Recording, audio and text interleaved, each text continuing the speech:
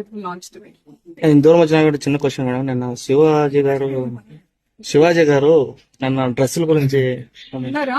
అవును దానిపై డ్రెస్సెస్ అనేవి చాలా పర్సనల్, అంటే ఇట్స్ ఫ్యాషన్. ఎవరికి ఏది నప్పితే అది వేసుకోవాలి.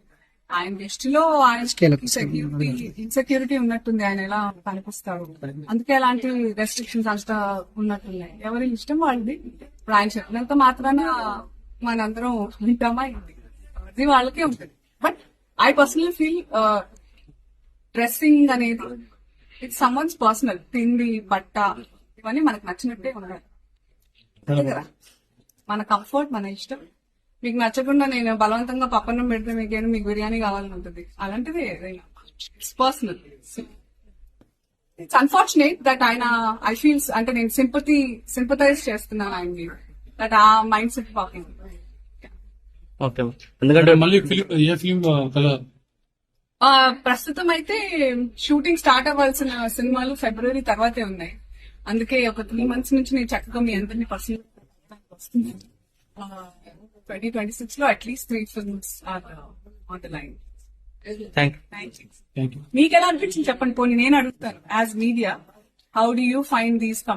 వాళ్ళ ఫ్యాషన్ వాళ్ళకు ఉంటుంది, చెప్పండి. వాళ్ళ ఫ్యాషన్స్ వాళ్ళకు ఉంటాయి. అంతే కదా. అంతే మేడం. అసలు నేను చెప్పింది కరెక్ట్. అవును, అంటే ఓన్లీ హీరోయిన్స్ కి మాత్రమే ఆయన హెచ్చరించినట్లు అనిపించింది. చెప్తాను. అంటే ఇప్పుడు నాకు అనిపిస్తుంది పంచా, ధోతి, పొట్టు మరి పెట్టుకొని పెళ్ళైనట్టు ఉంగరాలు, బట్టలు కూడా కట్టుకునేవాళ్ళు. మన ఆడవాళ్ళు మగ వాళ్ళు ఇద్దరు బట్టలు పెట్టుకునేవాళ్ళు పెళ్ళైతే. మన పూర్వ అవన్నీ ఫాలో చేయాలి. అలాంటప్పుడు మన కాలానికి అనుగుణంగా జనరేషనల్ చేంజెస్ అవుతున్నప్పుడు అలాగే ఉంటే తప్ప మనం బతకలేదు. ఒకప్పుడు చాలా చెట్లు ఉండి చాలా చలిగా ఉండేది.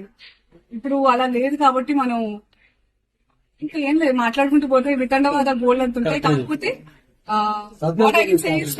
కాసం ఫ్యాషన్స్ లో ఎవరికి ఎలాంటి ఫ్యాషన్ కావాలన్నా ఉంటాయి, మొత్తం కప్పుకోవాలన్నా ఉంటాయి, ఫ్యాషనబుల్ గా ఉండాలన్నా ఉంటాయి. మేడం ఇప్పుడు ఎలాంటి